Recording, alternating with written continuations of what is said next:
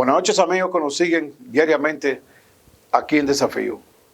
Hoy nosotros tenemos el honor de contar con la presencia de un buen amigo, catedrático, escritor, poeta, diplomático de carrera, abogado, una persona de las letras y también de la diplomacia, y al mismo tiempo del ejercicio diverso de la abogacía.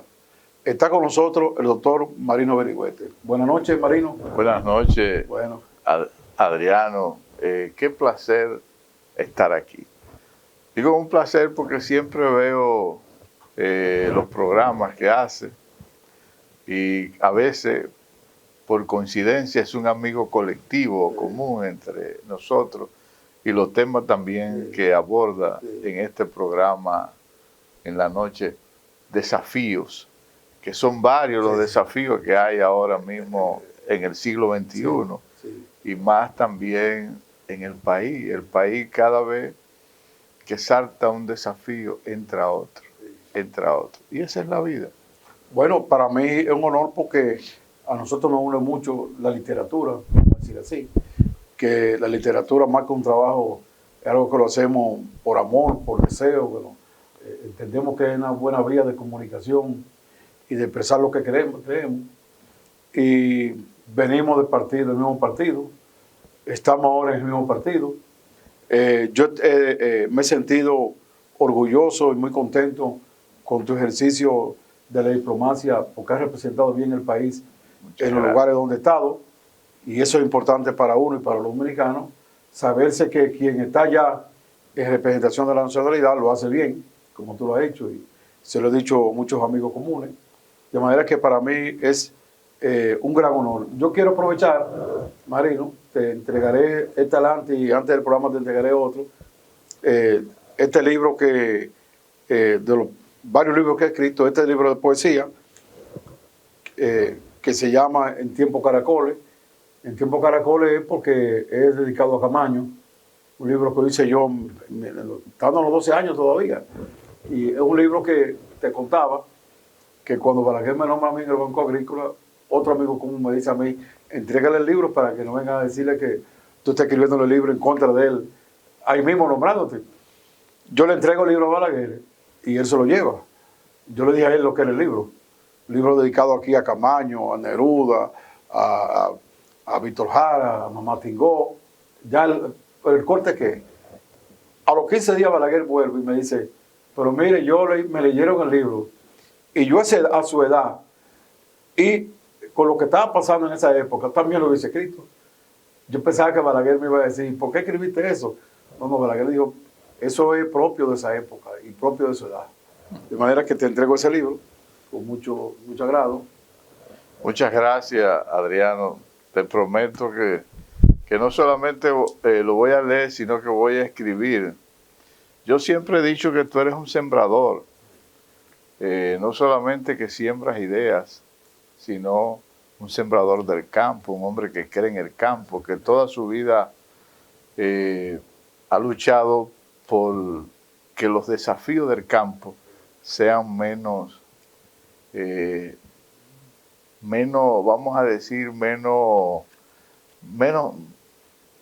lacerantes para el campesino o para el agricultor dominicano, porque tú has trabajado siempre, no solamente haciendo leyes por la gente del campo, ha trabajado en el sector agrícola con mucha dignidad y con mucha decisión con el fin de que el agricultor siempre tenga mayores beneficios, tenga más precios justos.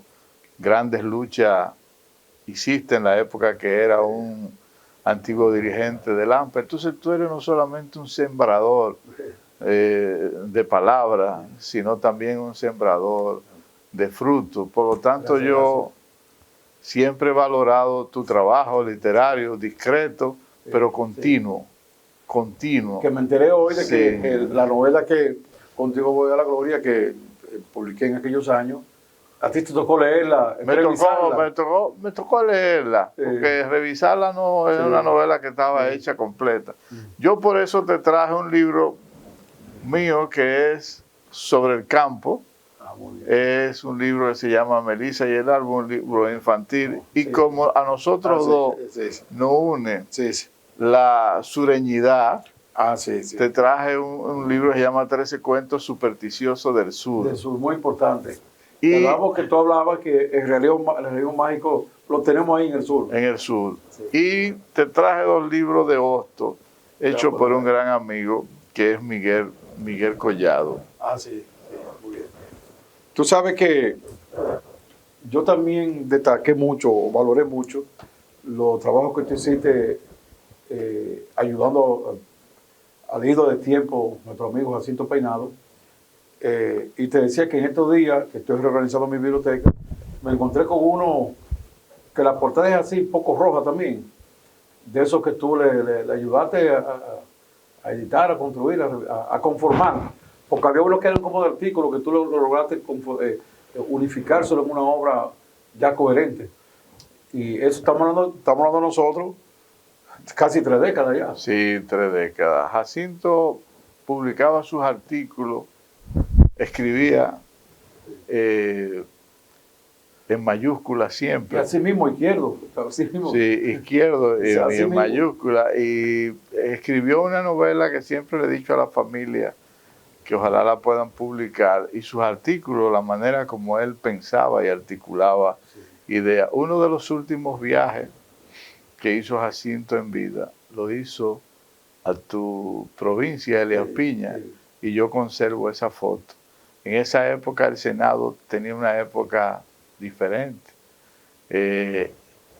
No que es diferente a la de hoy, pero los senadores que había en esa época eran senadores que articulaban proyectos, tenían una filosofía.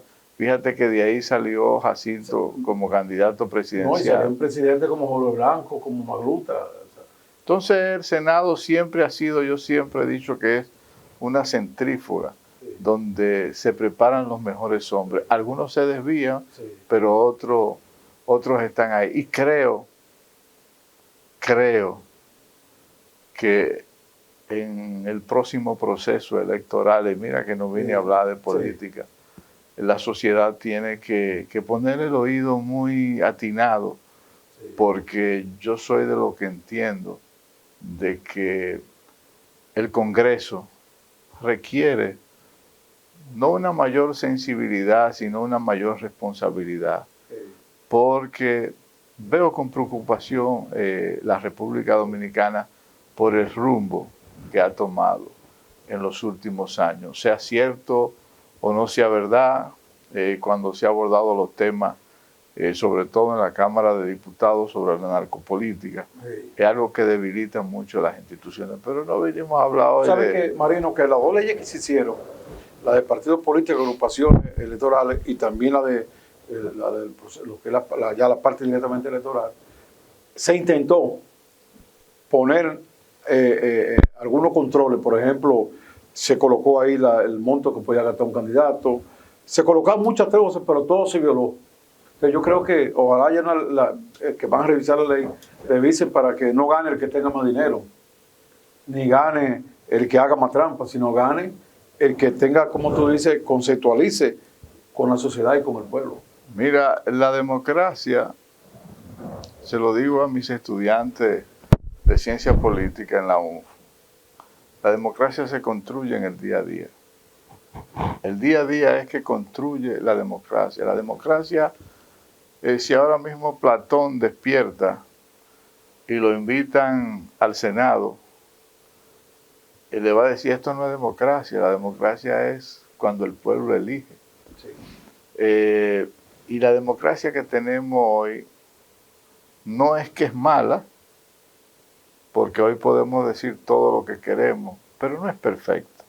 Hay que ir cambiando algunas cosas, pero no es cambiar por agrandar, sino para que los desafíos que tiene la sociedad sean más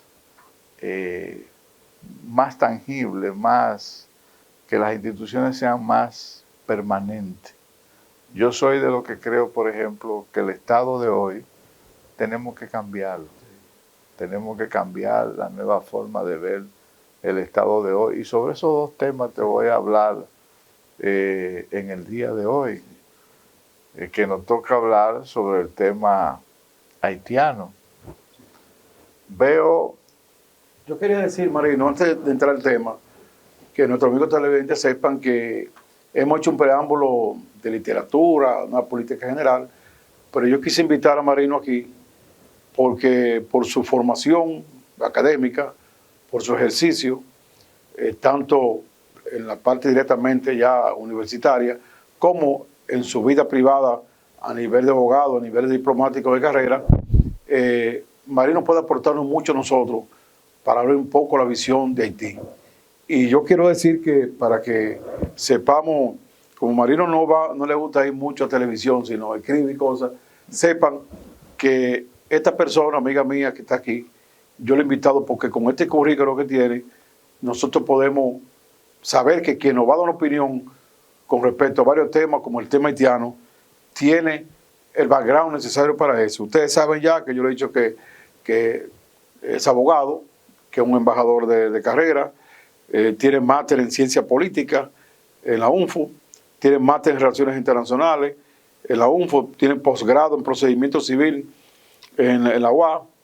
Bueno, ya le dije que era escritor y poeta, catedrático en la propia UNFU, de Derecho Diplomático y Consular y en Ciencia Política, es decir, son en las áreas que donde se puede tener la visión para hablar sobre el caso haitiano. Fue embajador en Paraguay, en Honduras, en Belice, que repito, me sentí muy contento y orgulloso de cómo nosotros nos representó. Fue condecorado por sus funciones en ese estado donde prestó servicio. Fue fundador del bufete jurídico Abocac, presidente de la oficina de abogados MB, consultor en Punta Cana. Tiene un sinnúmero de libros ya publicados y otros que va a publicar el próximo año para la Feria del Libro. Entre los publicados están Mujeres, de poesía, 13 cuentos superficiosos del sur, que es el que acaba de entregar, se lo estamos viendo ahí. Odas de Barahona, poesía, Secreto y Soledad, de cuentos, El Plan Trujillo, una novela, Melissa y el Árbol, de cuentos infantiles, que nos acaba de dar, antología de cuentos, antología de poetas paraguayos y antología de poetas hondureños. De manera que nosotros, que lo quisimos invitar, porque Marino no es un hombre fanático, y ahora que hay gente fanática pro y en contra de Haití y otros callados, es bueno escuchar a una persona sopesada, equilibrada y con el background que tiene ya por su experiencia con países y por su experiencia también en lo que es son las leyes y en lo que es también el ejercicio de ser catedrático, de ser alguien que esté enseñando eso. De manera, Marino, que ¿cómo uno puede ver la situación de Haití en el día de hoy? Yo no me voy a ir por donde la ven, porque la mayoría de los expositores que han hablado sobre el tema Haití la ven desde el lado de nosotros. Y yo quisiera que veamos la solución por el tiempo. Y como la solución implica desarrollarla, me voy a ir más de cómo veo la solución. Haití siempre ha tenido un buen cuerpo diplomático, a veces mejor que el que ha tenido la República Dominicana. La escuela haitiana sobre la diplomacia es una escuela de confrontación. El diplomático haitiano es un diplomático que lo forman para confrontar. Ejemplo de eso, República Dominicana le dona unas vacunas, ellos las rechazan. Diplomacia de confrontación. República Dominicana en eso estaba utilizando la diplomacia de la vacuna, como la ha usado China en caso del tema del COVID, ellos la rechazan. Diplomacia de confrontación. El presidente va en el marco de la última asamblea que hubo en Estados Unidos, en Naciones Unidas, y plantea como un desafío para los países Francia, Estados Unidos, Canadá, convertir la República Dominicana en una puerta. La diplomacia haitiana lo rechaza de paro. El canciller en estos días prácticamente le faltó el respeto al jefe de Estado. El presidente llama al presidente dominicano, le pide disculpas, pero sin embargo no le da una reprimenda pública a su propio canciller. Diplomacia de su confrontación. Usted, que es conocedor de la agricultura, de que muchos de los alimentos que se consumen allá salen de aquí, en un momento determinado ellos dicen que esos productos no requieren o no tienen el rigor sanitario, fitosanitario, para que puedan entrar a su país. Diplomacia de confrontación. Entonces la República Dominicana tiene que pensar en un programa o en establecer una planificación de una diplomacia de Estado, no una diplomacia de gobierno. Una diplomacia de gobierno estriba en que un gobierno se va y viene, pero una diplomacia de Estado con una política de Estado permanentemente implica que el Estado dominicano asuma ya el problema, no buscando respuesta en el exterior, sino buscando una respuesta interna. La respuesta en el exterior nunca va a venir por dos razones. Estados Unidos está muy lejos, Canadá está muy lejos, Haití está muy lejos. Samuel Huntington, un sociólogo, habla que el siglo XXI tenía uno de sus mayores desafíos eran las migraciones. Nosotros, con una sociedad líquida como la que tenemos hoy, una sociedad donde no hay creencia, una sociedad volátil, una sociedad donde cualquier joven con un celular hace como un vuelo de mariposa, te desarrolla un tema y se convierte en un conflicto. La República Dominicana ya tiene que pensar en hacer acciones de Estado para defenderse de este desafío que implica tener el pueblo haitiano como vecino. Entonces, para eso existen dos tipos de diplomacia. El uso de la diplomacia blanda y el uso de la diplomacia fuerte. Con Hillary Clinton salió otra tercera escuela, que es la diplomacia inteligente, que es la unión de la diplomacia blanda, la diplomacia fuerte y la diplomacia inteligente, que la unifica las dos. ¿En qué consiste eso? En lo siguiente. Los desafíos de la República Dominicana es pensar que el problema con Haití no es ocasional, ya es permanente. Barbecue o barbecue, ya eso es un germen con una semilla que ya depositó en ese territorio, que no vaya a ir hacia atrás. Eso fue como cuando lo que ocurrió en el 11 de septiembre, que después de ahí los Estados Unidos tuvo que cambiar toda su política interna. Aquí hay que cambiar su política interna. Nosotros no podemos seguir teniendo una Fuerzas Armadas.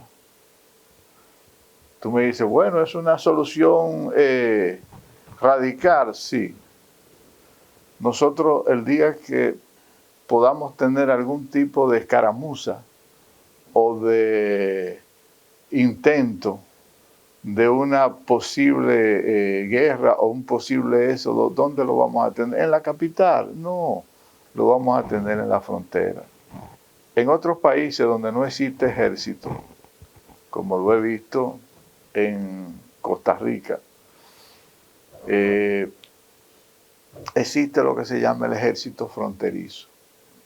Los ejércitos fronterizos son permanentes, o sea, lo que estamos viendo hoy como un desplazamiento ocasional no puede ya ser.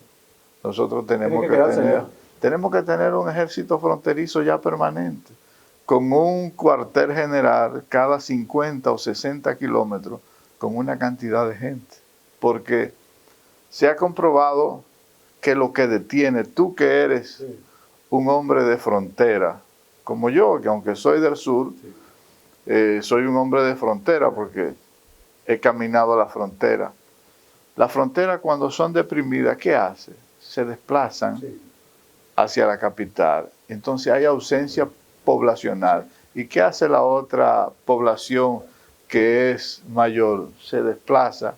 Y cuando tú vienes a ver, tú que eres campesino como yo, y en eso lo entiendes más, es como cuando tú tienes una tierra y el de al lado te va poniendo la cerca un poquito cada día más cerca de la tuya, y al final tienes casi todo el terreno. Entonces, en esta circunstancia, un ejército fronterizo te dinamiza la economía de la frontera.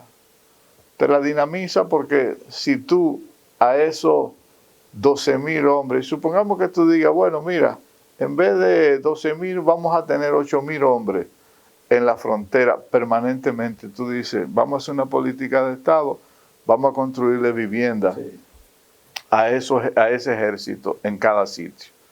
Planes habitacionales como se construían. Darle a cada uno de esos efectivos militares parcelas. Que en eso creo que tú puedes dar cátedra sobre eso. Y mientras no estemos en guerra, servir para reforestar esa zona. Esa es una de las soluciones que nosotros, en vez de pensar en construir un muro, debemos de construir una barrera humana, que es la que... ¿Tú no ves correcto el muro? Lo del muro es una solución, pero no es una solución en un momento del siglo XXI donde lo que estamos construyendo puentes es una solución muy, muy rígida. Sin embargo, la creación de un ejército fronterizo, y en vez de crear ese muro, construimos 5 fortalezas. Se le crean a ese ejército fronterizo un pago por especialismo para que no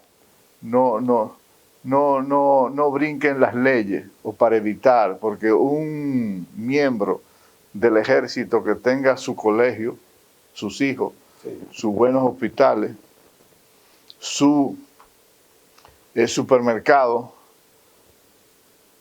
que tenga atención específicamente en términos de lo que es su profesión, porque hay que ver la carrera militar como una profesión. Es imposible que pueda entrar como han entrado a ser parte de la criminalidad, porque le falta llenar ese tipo de vacío. Cuando te hablo de la creación del ejército fronterizo, te puedo dar ejemplos, por ejemplo, que existen en Costa Rica. Costa Rica existe su ejército fronterizo, y en los sitios donde el ejército fronterizo existe, funciona. Panamá tiene ejército fronterizo, aunque tienen la policía que abarca todo. Pero funciona. Entonces, fíjate algo, tú dices, bueno, ¿qué hace esos 12,000 hombres que dicen que están en la frontera aquí en la capital? Le llevan el carrito a un funcionario del supermercado, o le llevan, o le cuidan la casa, o están en alguna plaza comercial, pero no hacen nada. Entonces tú tienes una fuerza armada ociosa, una fuerza armada que está armada, pero ¿con quién vamos a entrar nosotros en guerra? ¿Con Puerto Rico? ¿Con Estados Unidos? ¿Con Venezuela? ¿Dónde está el problema? Está en la frontera. Entonces, la creación no del CEFRON, porque el CEFRON, mira qué pasa. Tú que tienes experiencia de Estado, el CEFRON es una dependencia, no tiene presupuesto, no tiene la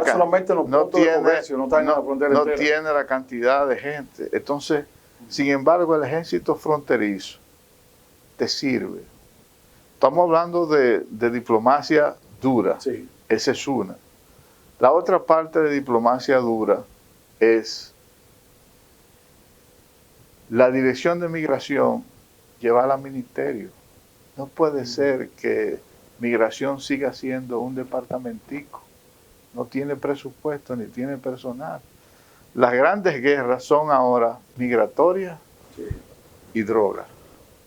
No puede ser que la dirección de drogas siga siendo una dirección con un presupuesto limitado, con una cantidad de personas limitada. Entonces, esos dos ministerios, esos dos departamentos, hay que llevarlos a ministerio para ir adaptando el Estado a la necesidad. Ahora bien, cuando te hablo de la Dirección de Migración, te hablo de, tú que eres un conocedor, de criminalizar las leyes migratorias. La criminalización de las leyes migratorias tampoco es un invento que acabo de hacer aquí hablando contigo, sino que lo vi. Cuando yo estaba como embajador en Belice y en Honduras, veía que el éxodo de 14.000, 9.000 personas salían de Honduras y se iban por Guatemala, y de Guatemala se iban a México para tomar la frontera. Y yo decía, pero qué extraño, porque si te bordea el Caribe y te vas por Belice, ahí está Quintana Roo, y de Quintana Roo a Estados Unidos está ya un paso.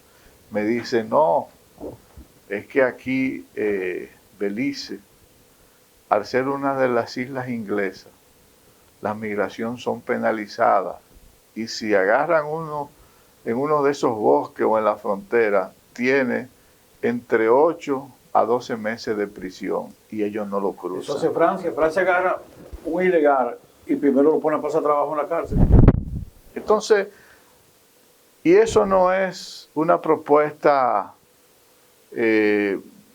vamos a decirle a los televidentes, xenofobia. No, es que un país, cuando hablo de política de Estado, no de gobierno, tiene que pensar que nosotros tenemos una población de 10.4 millones.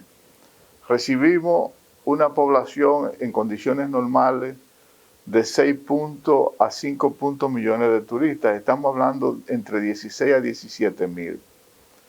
Tenemos 2 o 3 millones de haitianos dentro del territorio. En Haití no hay una política de Estado, ni se visualiza que va a haber una política de Estado en los próximos años. La población de ellos son 11.800 y pico millones, más fuera tienen más de 4. Lo que quiere decir que al 2025 o al 2030, la densidad poblacional de ambos países se va a triplicar y nosotros no tenemos espacio para la convivencia pacífica.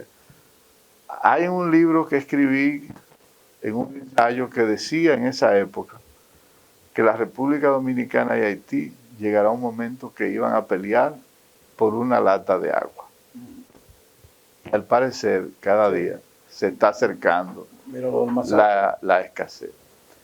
En virtud de eso, de esa política de criminalizar, también los Estados Unidos lo tienen. En Estados Unidos tú entras una vez, parece que...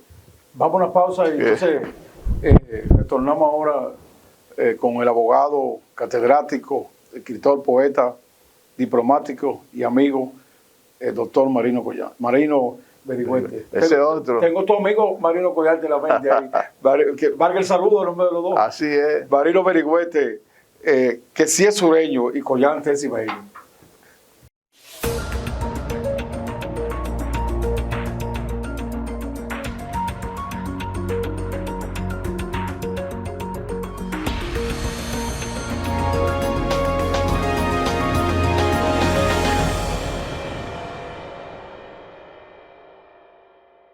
Continuamos aquí conversando con el doctor Marino Berigüete, diplomático, escritor, poeta, abogado, catedrático, y ya con una buena experiencia en lo que son estos aspectos que tienen que ver de los tratos con los países.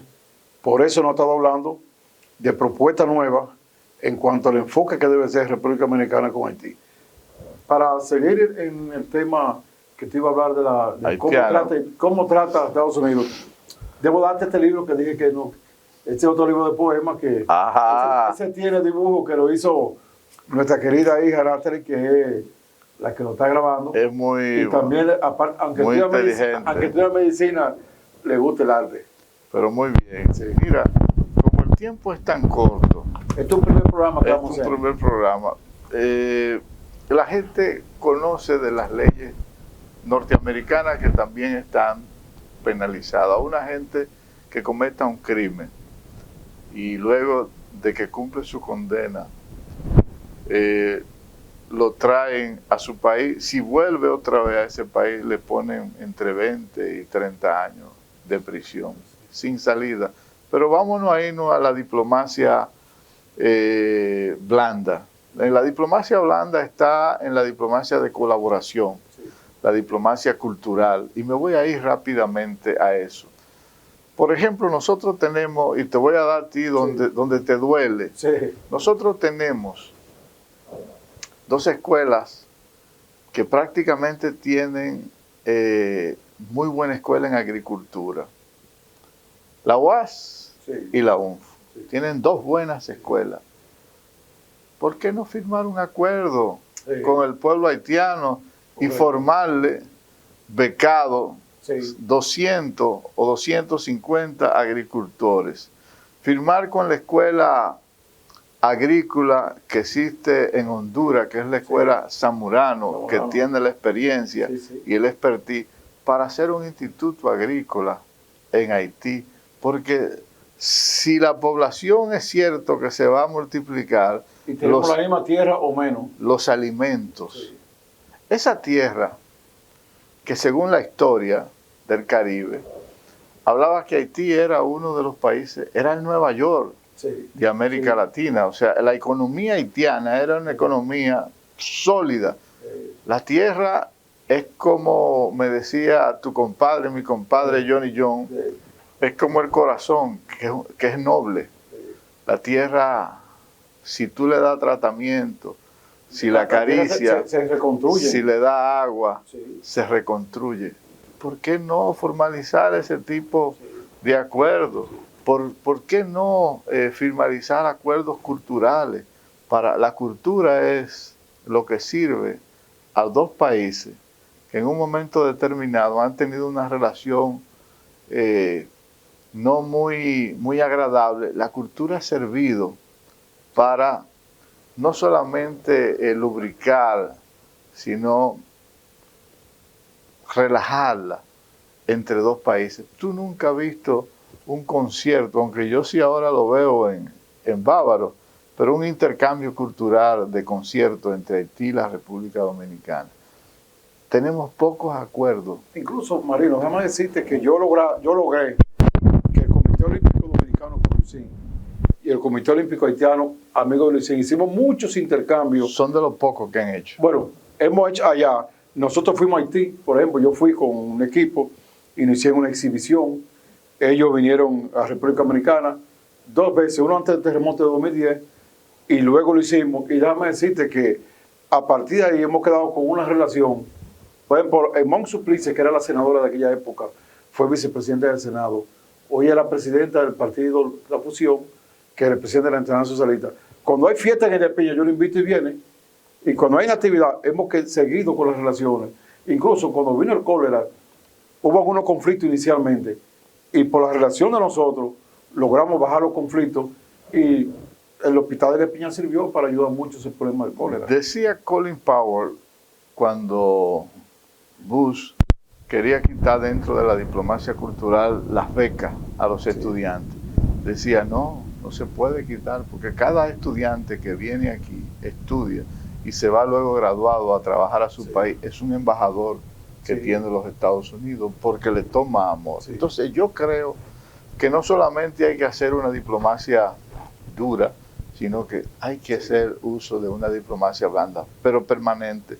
¿Tú crees, Marino, que la actitud del presidente Luis Abinader, de que a pesar de que prácticamente Raciel ofendió, vi ahora, en el día de hoy estoy viendo mandaron una declaración a la embajada haitiana diciendo que el representante Suplice que mandó el primer ministro lo recibieron todos los funcionarios, incluyendo Luis Abinader. Es decir, que Abinader recibió al enviado, vamos a decir, un diplomático transitorio, a pesar de la actitud del canciller. Mira, el presidente actual ha tomado una actitud muy personal, y yo creo que eso es una relación que debe de manejarla siempre Cancillería. Sí, Bueno, sí, no vamos a seguir. Y en ese sentido yo creo que él debería delegar Al canciller. el canciller. Tenemos que sacar el tema haitiano de la política. Sí. La política daña el tema haitiano. Si no lo sacamos de la política y no lo dejamos en la diplomacia, se nos puede escapar. Creo que los partidos políticos, todos, el Senado, la Cámara de Diputados, deberían de plantearse una mesa, pero con gente con formación y con experiencia para el tema haitiano, para hacer una política de Estado, no de gobierno. Porque los gobiernos pasan, Sí. pero el Estado es permanente. Correcto. Y yo creo que es tiempo de que se le haga frente a eso. Es importante ese elemento, que lo dijiste al principio, ahora otra vez, y como yo lo entiendo, vamos a hacer una política como país que va a trascender periodo de gobierno y que sea una política que, digamos, en 20 años la cosa cambió. Así es, Es decir, porque hay cosas que lo queremos lograr ahora que no se pueden, así es. que requieren 7 o 8 años.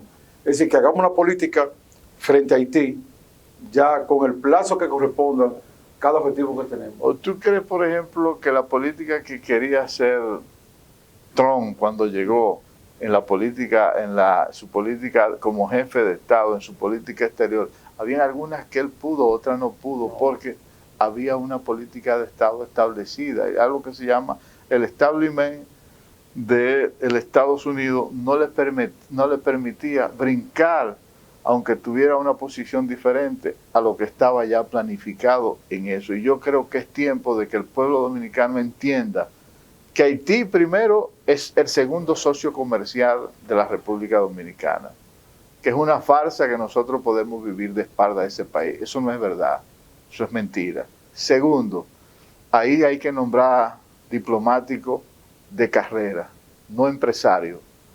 Tercero, los cónsules no pueden seguir siendo dados para compromisos políticos, sino gente que vaya a hacer realmente una función con el conocimiento y con la causa de que no se puede relajar ese tipo de visado permanente.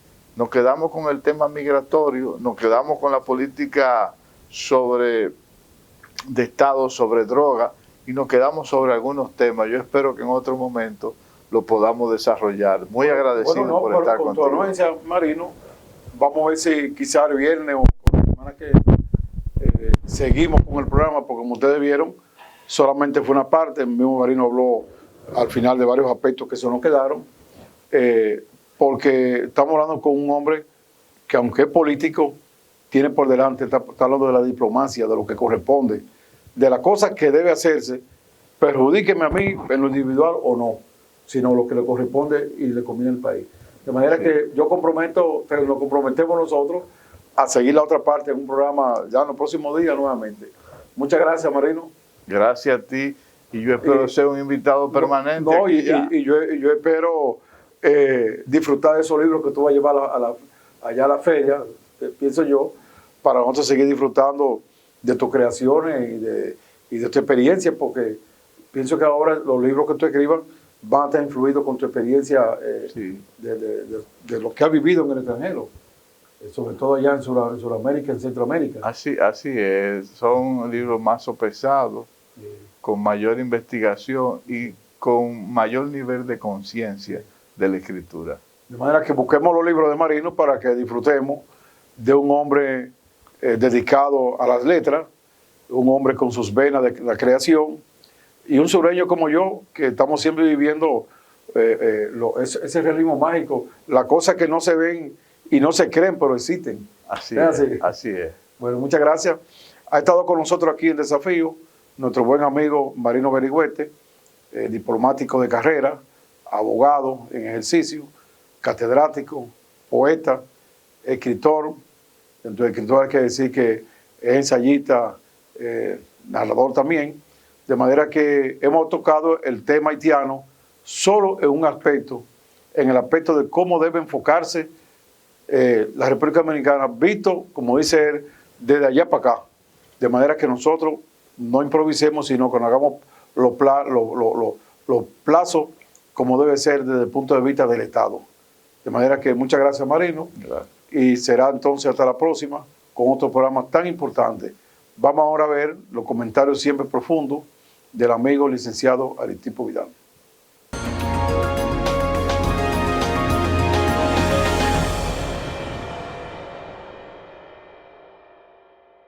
Buenas noches, dominicanas, dominicanos. Un honor para nosotros volver a encontrarnos con ustedes en este Digital 15 y Telemicro Internacional con su programa Desafíos y en este momento, en este último segmento, los comentarios de la actualidad nacional, internacional, cuando sea de interés para los dominicanos, con su servidor Aristipo Vidal, comenzando como siempre con el COVID-19, y así lo haremos siempre hasta que podamos vencer la pandemia que afecta a todos en este globo terráqueo y de manera especial, en nuestro caso, a los dominicanos. Hay que vacunarse. Día por día, la pandemia afecta a más y más dominicanos. En mi familia, en este momento, hay 2 parientes muy cercanos afectados por el COVID-19. Gracias a Dios, al cuidado estricto de los médicos que están vigilando esta situación con parte de la familia de este humilde servidor de ustedes. Confiamos en que la providencia estará con mi querida nuera y con mi nieta que están en este momento afectada de COVID. Y usted vacúnese, no se deje agarrar, que además si está vacunado con su primera dosis, que se la debe poner mañana si no se la ha puesto, la segunda dosis, póngasela cuando le indique la tarjeta que le dan en el centro de la vacunación. Y la tercera se la pone si su médico así se lo indica, así se lo recomienda, porque no hace daño la tercera dosis, todo lo contrario, lo protege aún más, y entonces es suya, no es de nadie. Nadie se la está regalando, no crean esa historia, no es gratuita.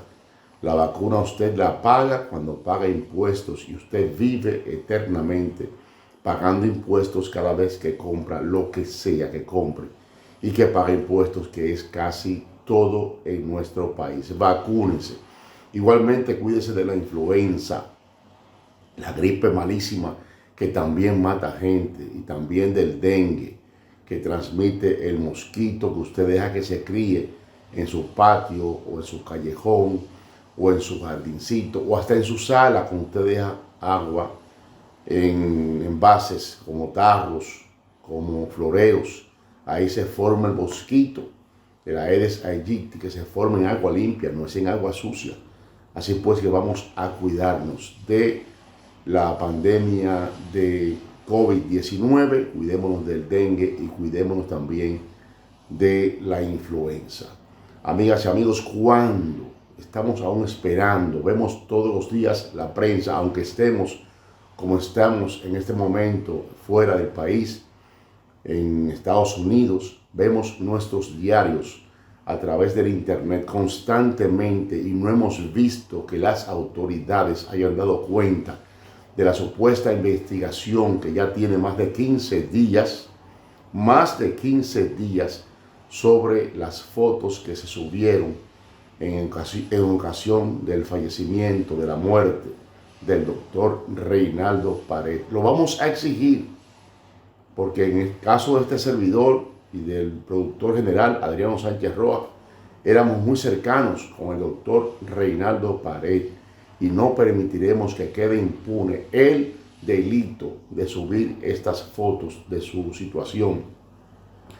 No solo porque es ilegal, sino porque fue abusivo, porque fue inmoral, porque fue indolente. Eso no se hace y está prohibido por la ley. y mucho menos podemos permitir que sean autoridades, porque tiene que haber sido o un agente de la policía, un oficial de la policía o un miembro del cuerpo forense que fue a levantar el cadáver del doctor Reinaldo Pared, o alguien que tiene que ver con eso. Nunca sería su familia, jamás sería su familia. No nos cansaremos con esto.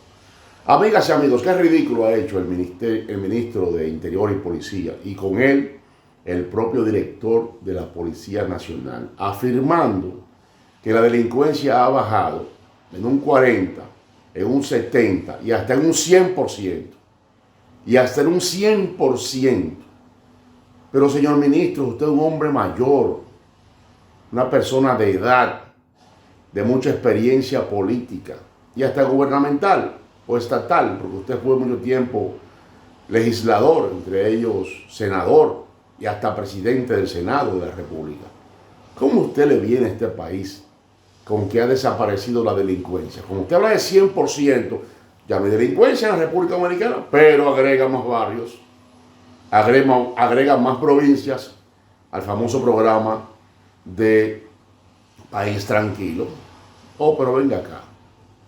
Entonces desapareció la delincuencia y el otro día que usted dice eso, asesinan unos delincuentes, a un motoconchista y a un capitán, nada más y nada menos que un capitán de la policía. Pero señor, la gente le da falta de respeto. La gente simple del pueblo, la gente sencilla del pueblo, dice que usted está viviendo en otro país, que usted vive en otro país. Y este servidor le agrega, no, en otro país, no, en la luna.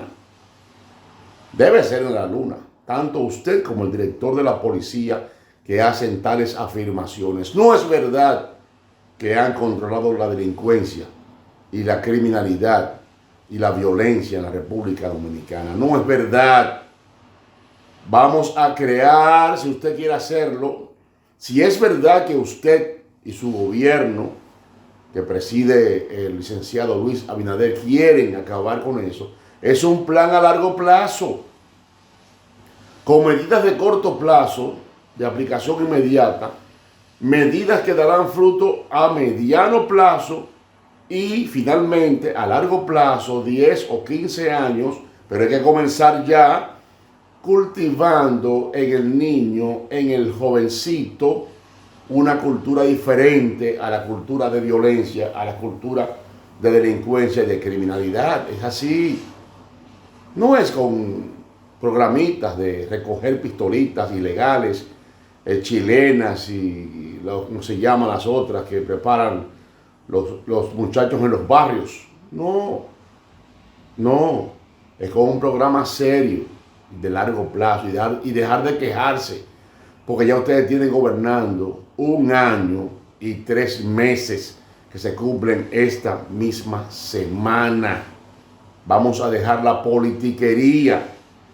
Vamos a ocuparnos a fondo del tema de la violencia y la criminalidad en la República Dominicana y dejarnos de propaganda, que han gastado más de 1.000 millones, unos 1.300 millones en pura propaganda.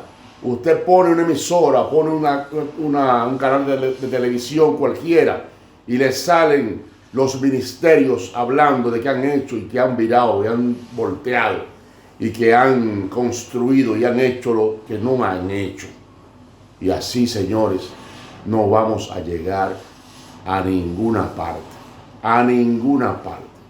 En otro tema que queremos tratar con ustedes, amigas y amigos, es bueno que la doctora Milagros Ortiz Bosch, la responsable de la ética gubernamental, pero más que doña Milagros Ortiz Bosch, que siempre la mencionamos porque está a cargo de esa misión, la ética gubernamental, se investigue por los lados del Ministerio de Vivienda, el recién estrenado Ministerio de Vivienda, que es otro caso del gato cuidando la carne, del perro cuidando la longaniza, de la iglesia en manos de Lutero.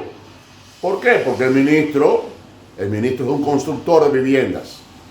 El ministro de Viviendas del país es un constructor privado de viviendas con problemas con sus clientes, por cierto. Con serios problemas con parte de sus clientes. Por los vicios de construcción de sus proyectos privados. Puede ser la vuelta por ahí, doña Milagros Ortiz Bosch. Y más que ella, invitamos también a el Ministerio Público Independiente a hacerlo, porque hay denuncias de que los planos que se han ordenado para hospitales en diferentes partes del país se han pagado con sumas multimillonarias. Multimillonarias. Es una denuncia que debe ser debidamente investigada y darle cuenta a la sociedad, al pueblo dominicano sobre sus resultados. Se habla de transparencia, se habla mucho de transparencia y nosotros esperamos ver con claridad tal transparencia. Tratando otro tema, no podemos obviar el mes de noviembre. Estamos en pleno noviembre. Perdonen el ruido que ustedes pueden apreciar. Es que estamos en Providence y hay por aquí una labor. Ustedes saben que en Estados Unidos siempre están en reparaciones y en mantenimiento. Bueno, pues en noviembre estamos recordando a las hermanas Mirabal, Minerva, Patria y María Teresa, dedicado el 25 de noviembre al Día Mundial de la Lucha contra la Violencia hacia la Mujer.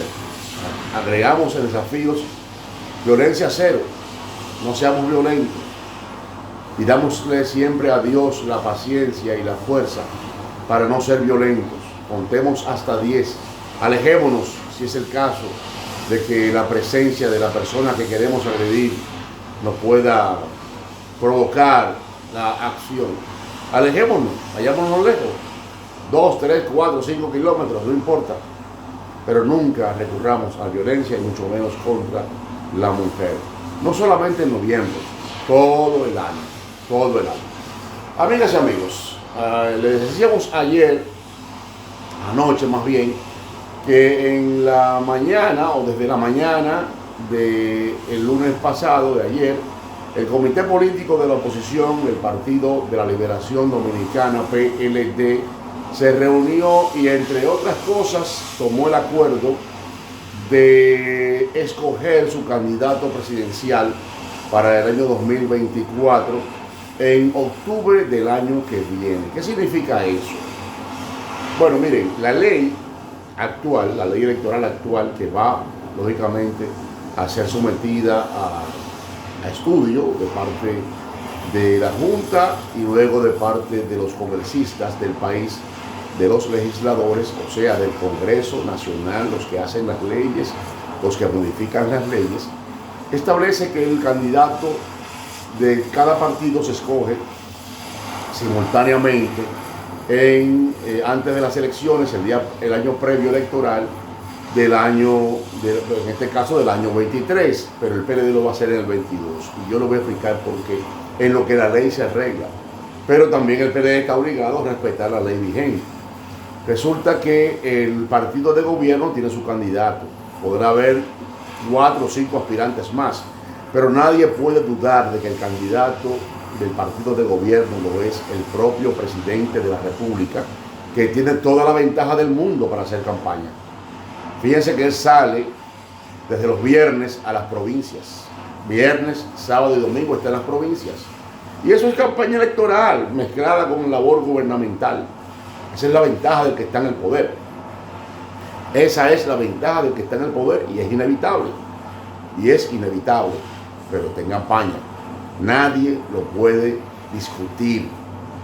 Él dice que se hablará dentro de un año de reelección. Bueno, está en campaña. ¿Por qué no dijo que no va a ser candidato? Porque es candidato. Simple.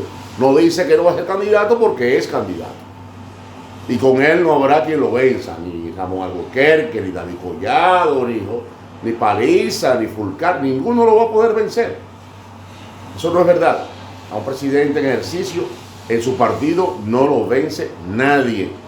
Nadie.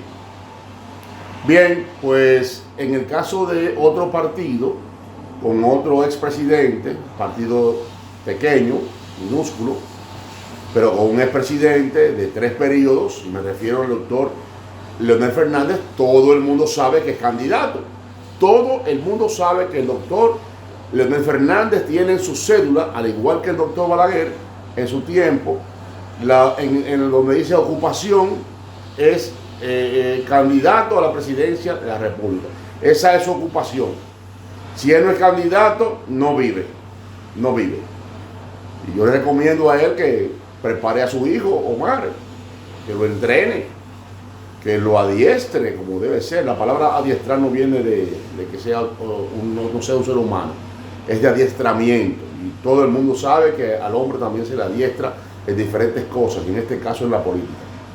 Y por favor, ya deje que otro camine, pero no, en el caso de él no. Entonces todo el mundo sabe que él es candidato y el PLD no tiene candidato. Entonces por eso el PLD escogerá en el mes de octubre venidero, año que viene, a su candidato presidencial. Amigas y amigos, mañana estaremos de nuevo con ustedes, así pues que hasta mañana, si Dios quiere, dominicanos.